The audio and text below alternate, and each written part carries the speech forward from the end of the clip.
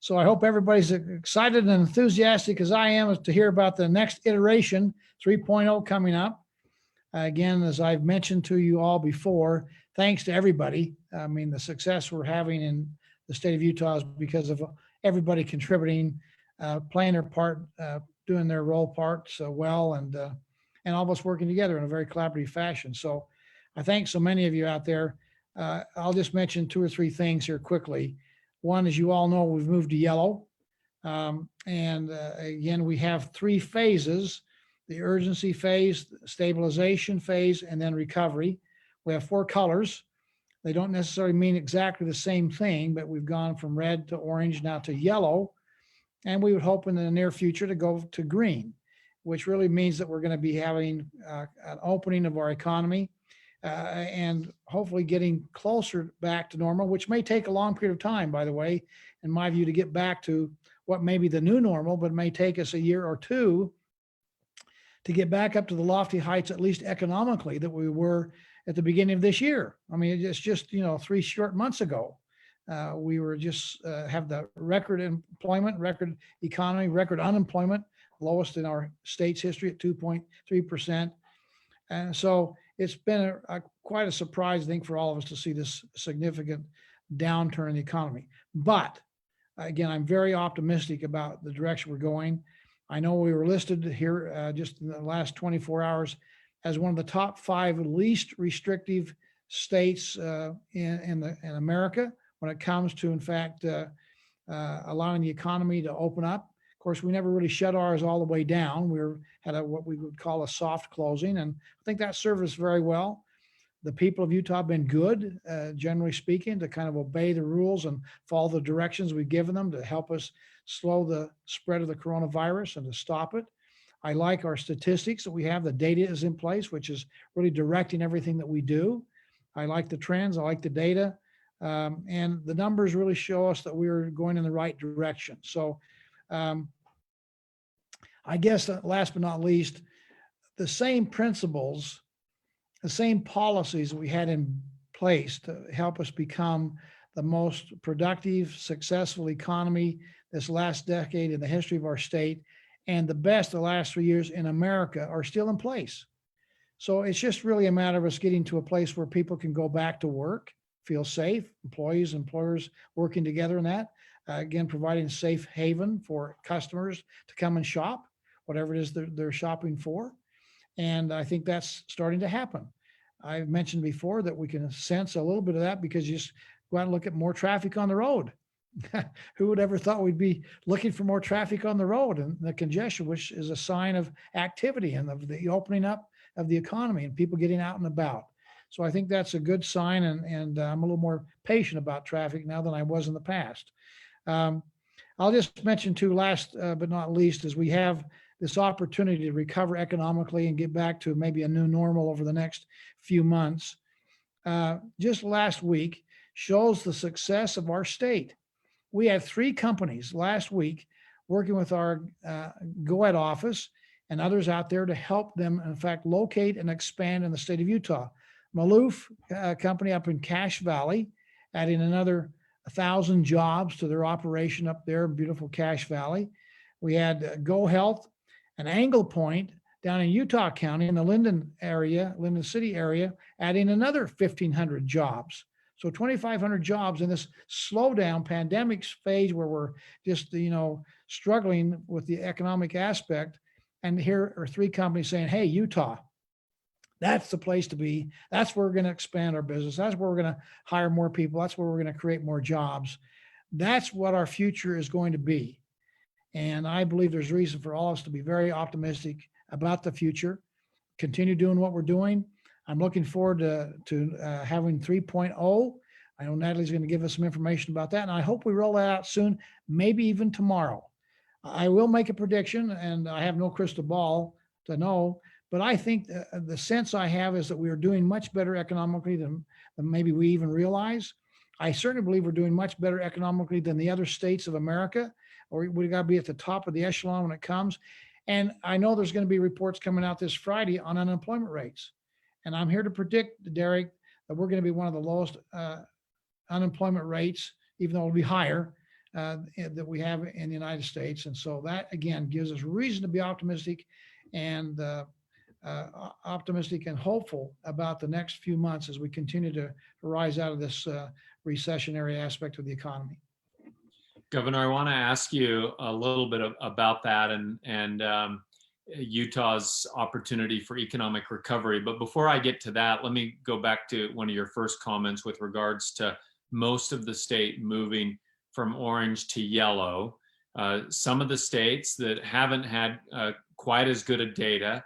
Overall, as a state, as you said, the data looks very good, but it's not all the same all across the entire state. And you've always said that's why not every part of the state will move necessarily in the same way. And we do have some counties, Summit County, some other areas, including Salt Lake City, that are still in orange. What are you hearing about their prospects for moving from orange to yellow? Well, we're in constant communication with the local health departments. That's really where the decisions are being made in conjunction with the local elected officials. So whether that Mayor Mendenhall in Salt Lake City or Mayor Wilson, Salt Lake County, working with the Salt Lake County Health Department, Gary Edwards, who works with Jefferson Burton, former general, that's running the Department of Health right now and coordinating our efforts. It's going to be, as we look at the data, analyzed together and reason together, that we'll make decisions on what should be the color coding of that particular area of our state. I'm not a one-size-fits-all guy. I think there are regional differences. There's community differences. We do have hot spots, and we don't want to ignore those hot spots. If they need to be orange still, until we can help them get to a position of being yellow, then that's what will happen. But I think everybody wants to come out of this as quickly as we can, and respecting the health needs of our citizens. And as I've mentioned before, this really is a balancing act. It's not one versus the other. It's really finding the right balance point to, in fact, help protect people's health and protect their livelihood. And there's a health aspect of not having a job and being worrying about whether you can pay your bills.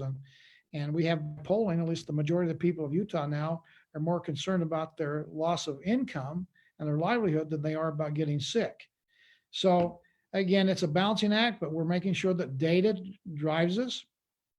We give deference to the local officials there that have boots on the ground and probably know their background better than anybody else. But we're all in this together. We're all pulling together. We want to get back to normal, as whatever we will call normal in the future, as soon as we can.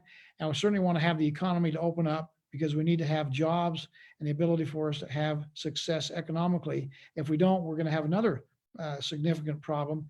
But I don't think in Utah, we'll be the first state, maybe the most rapidly growing economically state in America, because those fundamentals are in place still. And it's just a matter of us continuing to plow through this COVID-19. And as we're doing, we're way ahead of schedule. We're grateful for everybody that's helped us to do that. And I think the next 2 or 3 months, all critical, will be positive also. You talking about jobs and a strong economy, you shared the great news coming out of the Governor's Office of Economic Development of these businesses who are expanding and will be creating new jobs in Utah. Also the good corporate recruitment work from our Economic Development Corporation of Utah. You are not only the governor now, but you were the governor during the last economic recession. What we call now the Great Recession. I don't know what we're going to call this one, the Greater Recession or something like that. But you saw firsthand as the governor the way that Utah was positioned and really stood out in comparison to some other places, which during the recession allowed Utah to come out faster and stronger. That was a time that we saw Goldman Sachs expanding in Utah, when we saw Adobe building their campus in Utah, when we saw Procter & Gamble building the first greenfield North American manufacturing plant in 5 decades in Utah, and I could go on and on and on. But do you see something similar happening as far as an opportunity for Utah to really showcase itself and just how well we're not going to say mission accomplished, and we're not going to claim that the work is over, because there's still a lot of work to do, but Utah is positioning itself so well. Do you see something similar happening in our position in the future? Well, as one of the great philosophers of all time, Yogi Berra, who played catcher for the New York Yankees, said, "This is like deja vu all over again." And there is a lot of similarities. The Great Recession, we had the worst economic times since the Great Depression. Those 2 years were very bad. We cut $1 billion out of the budget here in the state. It was a tough time, but we came in with optimism and hope and a roll up your sleeves attitude, restructured our economic plan. You know this very well, Derek, because you were there. You know all these companies because you've got your fingerprints on a lot of them. That same rebirth that happened then for us and led to the best decade in our state's history is an opportunity for us to have the same thing happening now. We have those fundamentals in place. This is a great place to live and to raise a family, and we want to make sure it maintains to be the most business-friendly area in America. People are gravitating to this for a lot of reasons. They like the people are friendly, a good labor force that gives an honest day's work for an honest day's pay, skilled labor, high-tech savvy, young, energetic. I mean, the list goes on and on why this is a good place to be. And I don't see any reason why that's not going to continue. We need to reset our goals. Again, we took, as you know, and said, hey, we're in the doldrums here with the recession.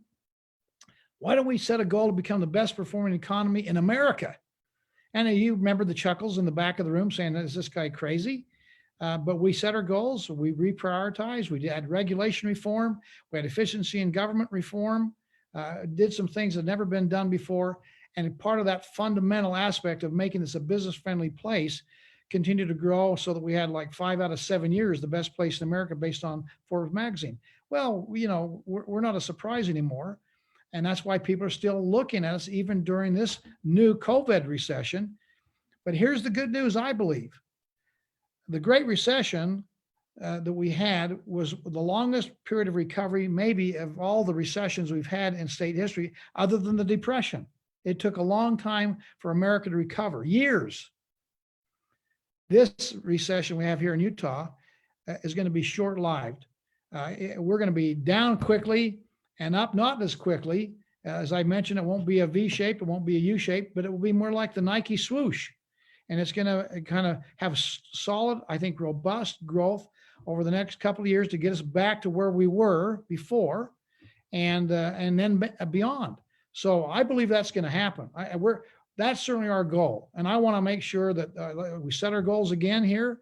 I want to be into recovery by the end of the summer so that we have a solid growth the last quarter of Utah. I believe that is actually possible. And I believe with the workforce we have here, with the business entrepreneurs, with the business-friendly aspect that we have here in our culture, that will in fact happen. That's the goal, and that's what I believe will happen. Thank you, Governor, for articulating that goal, and thank you for reminding all of us on the town hall today that sure enough, when you set the goal that Utah would be the strongest economy, fastest growing economy in the nation, there were some chuckles from the back of the room. I think we call that the peanut gallery. And some people thought, well, that seems a little bit unrealistic or maybe a little bit too lofty. And I would just say there may be some people who, when they hear you say now that we're going to come out of this stronger and better and possibly even in the fourth quarter, we may have some of those same sentiments. But I hasten to add that it was not by accident and it was not by coincidence and it was not by happenstance that we did become the fastest and strongest economy in the country. It was a vision, it was a goal, but it was also with a lot of hard work. And so I want to use that thought to transition now to Natalie Gochnour to tell us about version 3.0 of Utah Leads Together, because it outlines a lot of good data, but it outlines also a lot of that hard work that lies ahead. So Natalie, we'll turn it over to you. Great. Thanks, Derek. Great to see you. Thank you, Governor Herbert, for your leadership and for that message. I'm not sure when Utah Leads Together version 3 will be released, but the governor just hinted it might be tomorrow. I assume it'll be sometime this week. And I'm going to just show the 225 some odd people that are watching a little bit of the highlights, but I want to just be really clear that this is not a clear document at this point. It's something that's still a work in progress that is being vetted through the Department of Health, the Governor's Office of Management and Budget, higher ed, public ed, all sorts of entities that are involved here. So you will all recognize the looks of Utah Leads Together. The only thing to note here is that it's version 3. We've had version 1 and version 2. I will just highlight, and I'll make this a little bigger here, but this is what has happened. Version 1 presented economic phases for our state, a real understanding that how it felt in March wasn't going to be the way it was forever now, but rather that economies correct, markets recover, best science takes hold, modern medicine does its thing, and we were going to get to a better place. So the governor introduced the urgent stabilization recovery phase. That was the major contribution of version 1. Version 2 introduced the color-coded health guidelines and a lot of very impressive data tools that the state's using to manage this crisis. Version 3, which again I said I think will be released this week, really focuses on 3 things. Instructions for high-risk individuals, addresses impacts to the multicultural communities in our state, and plants seeds for recovery. It is the expectation of the Economic Response Task Force that we will have a version 4, perhaps a version 5, and ultimately spell out what recovery looks like. This one just plants seeds for recovery. So I see there's been some questions in the chat, and I'll just share with you what the Governor's Office of Management and Budget calls the Core 4. Of course, the Governor's Office of Management and Budget has really led the data response to this. And they have 4 core measures that they have looked at to help advise the Legislative Commission and the Governor on when we move from a red to an orange to a yellow. And the first is the transmission rate, the reproduction rate. If one person has the virus, how many people do they spread it to? This is a proxy, an estimate. But you see here what this shows, that as of May 10th, a reproduction rate around 1. The state wanted to be between 1 and 1.4 for 14 consecutive days. And we've now been in that for over 21 days. And so this is some of the reason why the economy has been reactivated. If I just slide over here, you can see the hospital capacity measure. This is a measure of intensive care unit utilization so that COVID-19 patients don't overwhelm hospital capacity. The goal was to be below 60%, even below 85% was deemed good, but you can see how the state has been at or below 60% for more than 21 consecutive days. Never ever really came close, at least on a statewide measure, to overwhelming that capacity. Another part of the core 4 measures is to detect the undetected. This is the positivity rate. It's a measure of testing and tracing. As I think most of you know, the positivity rate has remained in this state roughly around 4% for the entire time, which is a real positive for our state. That's a very low number. And then exposure source, this is in the operational measures. They want to know where did the virus come from so that they get a handle on whether it's been community spread or whether it's come from a known contact. The goal was to achieve above 60% from known contacts for 14 consecutive days. Utah's been at or above 78% for the past 28 days, and you can see the measures here. So those are what they call the core 4, and they are the metrics for guiding decisions. Of course, there's a lot of other measures that are looked at, but we highlight those 4 in the document. I want to just really pause here to mention that it's really clear to the Economic Response Task Force that the impacts of COVID-19 go well beyond case counts, well beyond hospitalizations, and that in fact it affects housing and food security and healthy behaviors. Just for example, we're concerned that people aren't getting the preventative care they need.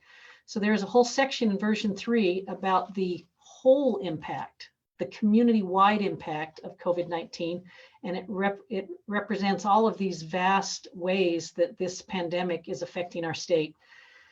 So that's just a really important point, that we start to get beyond just the simple economic and health measures, but to more of the societal measures that are very important. I mentioned that the high-risk population is of great focus in version 3. The state believes we need to triage the risk in Utah between high-risk Utahns and low-risk Utahns. If you're high risk, there's specific guidelines to follow. Let me just show you some of the data, how it breaks out. And again, this is draft information that could be edited before the final.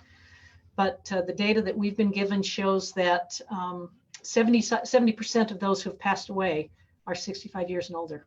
Very sobering number. 90% plus of those who have passed away are 65 years and older and have other medical conditions. And then you see over on the right here, the odds of hospitalization if you contract COVID-19. If you're 65 years and older, it's a 400% increase in the odds of being hospitalized. With diabetes, 250%, chronic kidney condition, 140%, immunocompromised, 68, and cardiovascular, 60. So this is the reason why it's so important that the risk be triaged. And what happens in version 3 is the state discloses a plan that the commission has endorsed for high-risk individuals, and they basically triage the risk between people in state custody, people in nursing homes. You see these numbers, 1, 2, high-risk people at work, those working with high-risk people, and high-risk people living at home who may need help. Clearly gives a definition of high risk. So one of the most important things is just to know, and then provides these 9 guidelines from the Department of Health on what they are asking to do. I mentioned that another real purpose of version 3 is to safeguard Utah's multicultural community. And I'm grateful that the state has formed a multicultural subcommittee, and they have done their work. And you can see the racial and ethnic disparities that are present in our state. So that's a real troubling number. They show the membership of the committee, and then they actually share their priorities, what they're asking to be priorities for the state. With that, I'm not going to go into a lot of detail on the planning for economic recovery. This section is still being worked on, but I'll note, just like the governor said, we do think the worst is behind us. And if you note this graph here of jobless claims in Utah have been declining now for 5 consecutive weeks, peaked at 33,000, dropped to 7,000. It is the state consensus of local economists that the state will begin having job growth within 30 to 90 days. And then here's a very interesting map that shows unemployment insurance claims, the cumulative amount since March 16th as a percent of the total workforce. And you see here Utah with that 9.6% number, tied with South Dakota for the lowest in the country. We entered this very well positioned. I believe it's been managed very well, and it helps us with our recovery. With that, I'm going to turn the time back to Derek, and be happy, Derek, to answer a question or two. Excellent overview and preview. Thank you, Natalie. Tell me if there's a statistic that I heard last week, and I wonder if you can confirm it or not, but that was that we actually had more people that had been furloughed who went back to work last week, was a higher number than new unemployment claims. Had you heard that? Can you confirm that that was accurate? That's interesting. You know, Derek, I actually can't. I don't know that, but I will say that we know that greater than 70% of the new claims have been what we call job attached. Those are furloughs rather than layoffs. And so that would make sense, right? Because if you're job attached, you can reattach much more quickly. And I will say that in the recovery plan that the state will see this week in version 3, that is the first recommendation, is that we, with speed, pay attention to getting furloughed back to work. Yeah. In fact, the working group of the task force that has just started looking at version 4.0, the economic recovery plan, this was top of mind for that group as well, talking that's the low-hanging fruit. How do you help those people who were job attached, who had just been hopefully temporarily separated from their job? How do you get them back quickly and safely?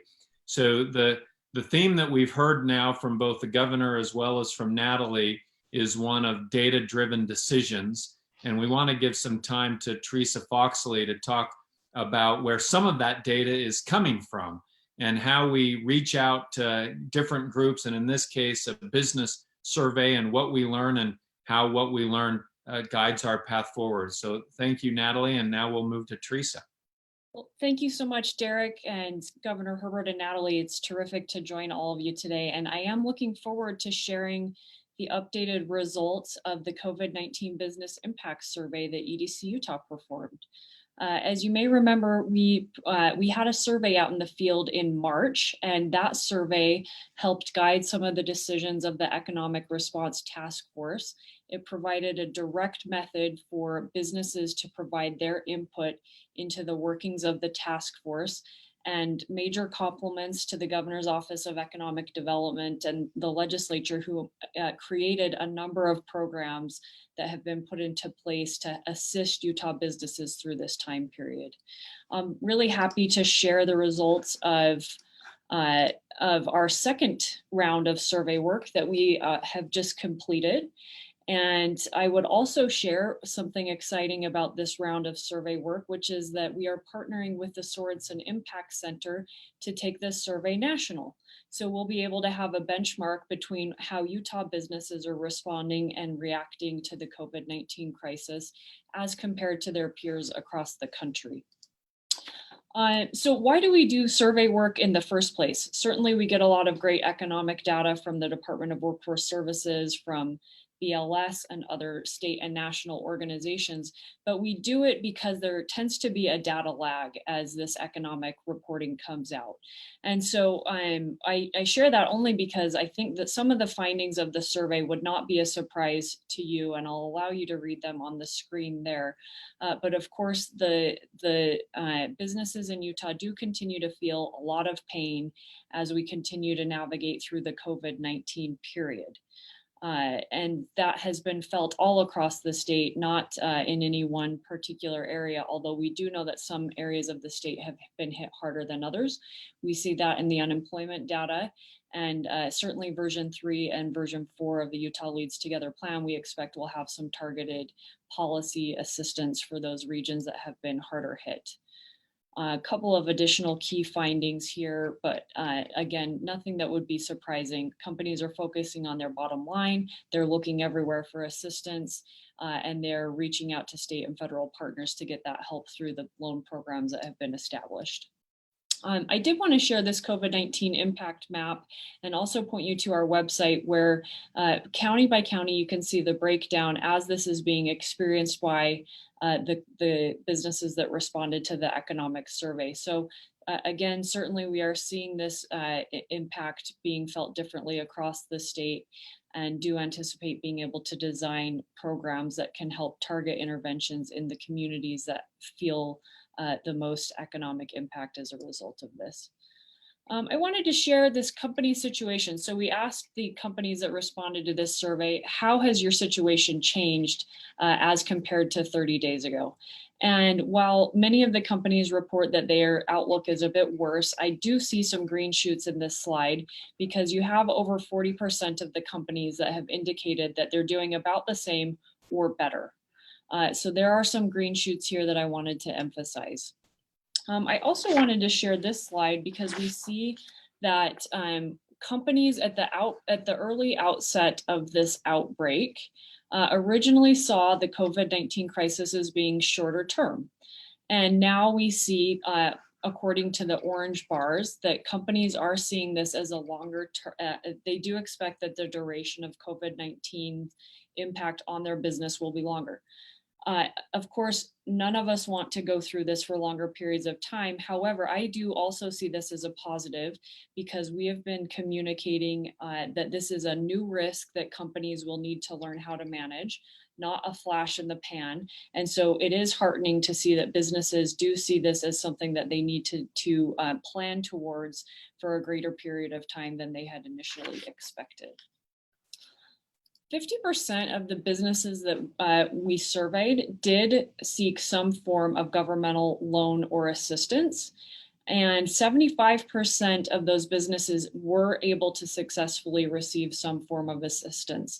This is a major compliment to the Utah bankers who worked remarkably long hours and who hustled to make sure that their clients were able to access the funds available. It's a compliment to the Governor's Office of Economic Development for very quickly standing up a loan program. But we do know that Utah received a greater greater per capita amount of assistance through the federal loan programs, particularly through the SBA PPP payroll protection program, than our counterparts in other states. And we are happy to have seen that many of the companies that we surveyed sought multiple lines of support. In other words, they hustled to try to make sure that they're staying in business. This slide, I think, tracks with one of the earlier slides that we displayed earlier. So the blue bar would be how much financial assistance these companies expected to need to get through the period. And the orange bar represents what that looked like for them in May. And I think I think it tracks that other slide, because as the duration really settles in with companies, we see that they might need just a little bit more financial assistance than they expected at the outset of the pandemic. Here's a slide that I wanted to show, and it gives a call to action. And I would like to give a call to action to everyone on this call. Thankfully, major majority of the companies that surveyed either knew or either had somewhat of a level of confidence or a complete level of confidence that they could access and acquire assistance through the channels that have been established. However, 13% weren't aware of it. So I would give a call to action to everyone on this call, because you're on this call, you clearly know how to access the resources, to think about people in your business network or your partners or your suppliers or your vendors that might not know how to acquire assistance, and to ensure that they're aware of the rapid response team that's being run by Miles Hansen at the World Trade Center, that they're aware of this economic task force, that they're aware of these town halls that are being streamed frequently, and that they're aware of the University of Utah David Eccles program that has been terrific. And there's a great cache of content and information available to businesses to help them understand what assistance is still available, including some of the rental assistance programs that's still available through the Governor's Office of Economic Development. And then finally, I would like to share some silver linings, which is around how companies have innovated. We know that periods of hardship certainly lead to periods of great innovation through the time that we're sojourning through these challenges, but also on the other end of them. And we know that companies are changing aspects of their business model. They're looking to the future to plan. They're increasing their marketing efforts. And this has really catalyzed a lot of technological change of businesses that are, again, responding to these surveys. So some great silver linings here, in that companies really are using this as an opportunity to adapt, innovate, and overcome, which is the theme of the Economic Response Task Force. So that's it from me, Derek, and happy to take any questions from you or anything that was in the chat feature. Thanks, Theresa. Great information, and appreciate you getting it, gathering it, and sharing it.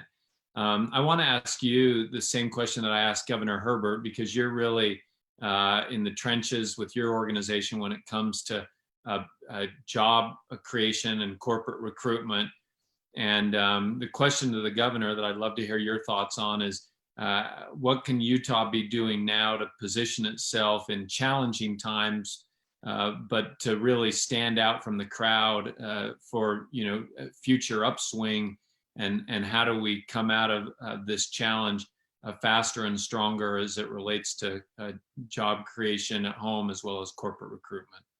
Well, I would certainly echo and underscore the comments that the governor has already made and that you've made, Derek, around Utah being a safe harbor in the storm. We were a safe harbor during the 2008-2009 recession, and I expect that companies will look even more closely to be located in communities that have demonstrated collaboration, cooperation, and that are resilient. So I believe that we'll have a great value proposition based on these fundamentals that the governor already discussed. But a few specific ways that I think Utah might recover to better include taking a look at those 30% of individuals that have been laid off that are not job attached, and to retrain, retool, upskill and complete degrees for that group of individuals. I've shared in other settings that 26% of companies that we surveyed prior to COVID-19 said that the number one issue that would face Utah over the next 5 years would be talented labor shortages.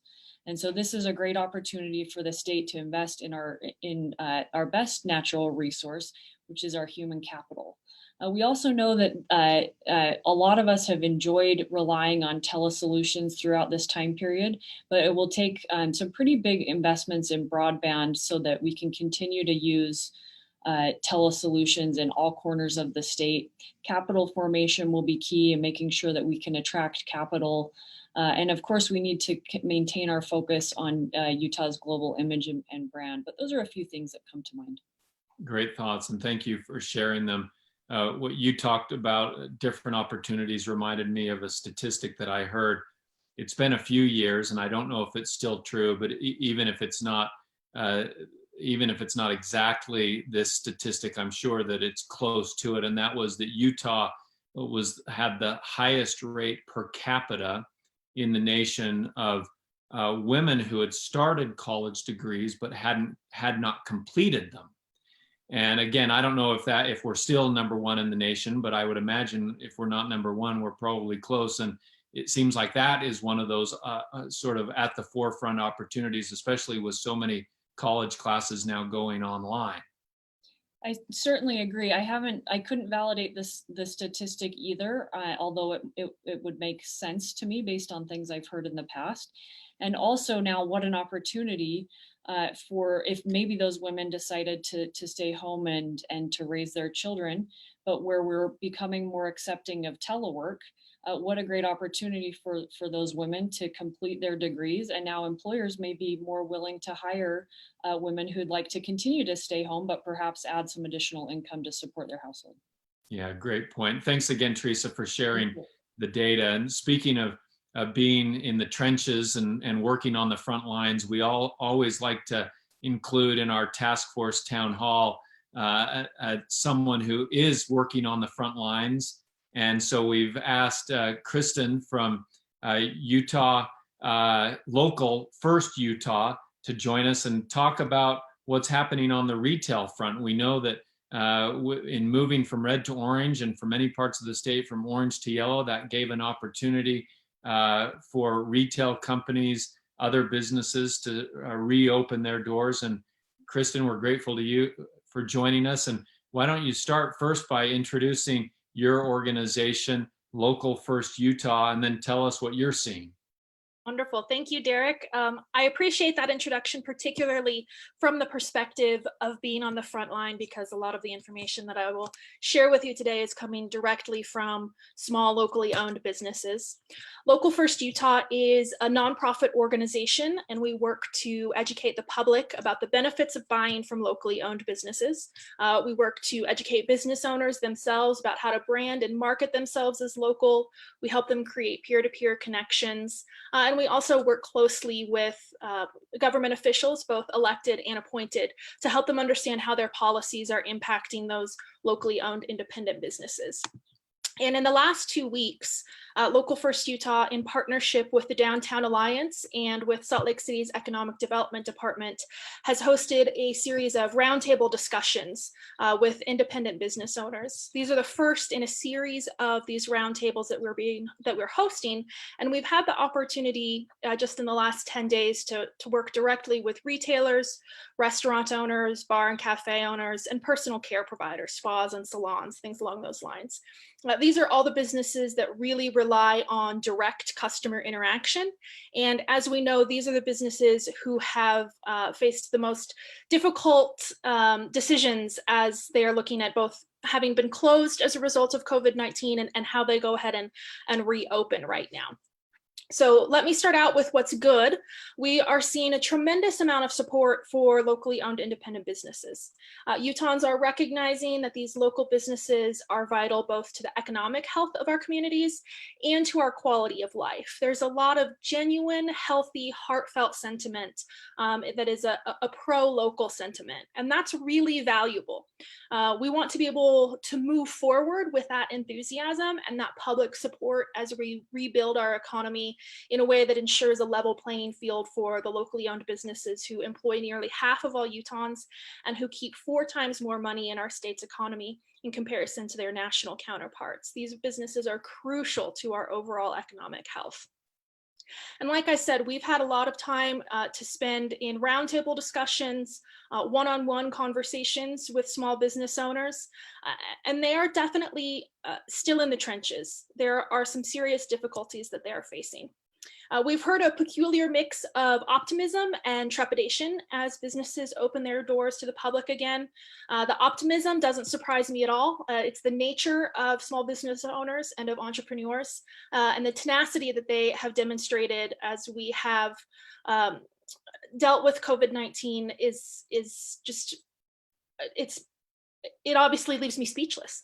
There are actually several specific concerns, though, that are across the array of businesses that are showing up as a theme. First of all, businesses are reporting that some of their furloughed employees are reticent to return to work.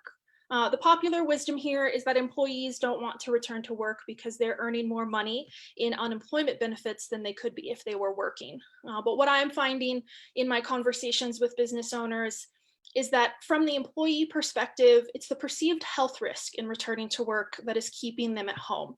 Many business owners have indicated that their employees are at a high risk, whether that's because of their age or other pre-existing conditions, or they live with someone who is high risk and they don't want to transfer the virus to one of their loved ones. Another element some business owners have reported is that the nature of some jobs have changed. This is something that I'm particularly interested in, and I'll be looking at this closely in these continuing roundtables. What once may have been a job focusing heavily on person-to-person interaction is now more about managing online orders, and those aren't always the same skill set or the same interest.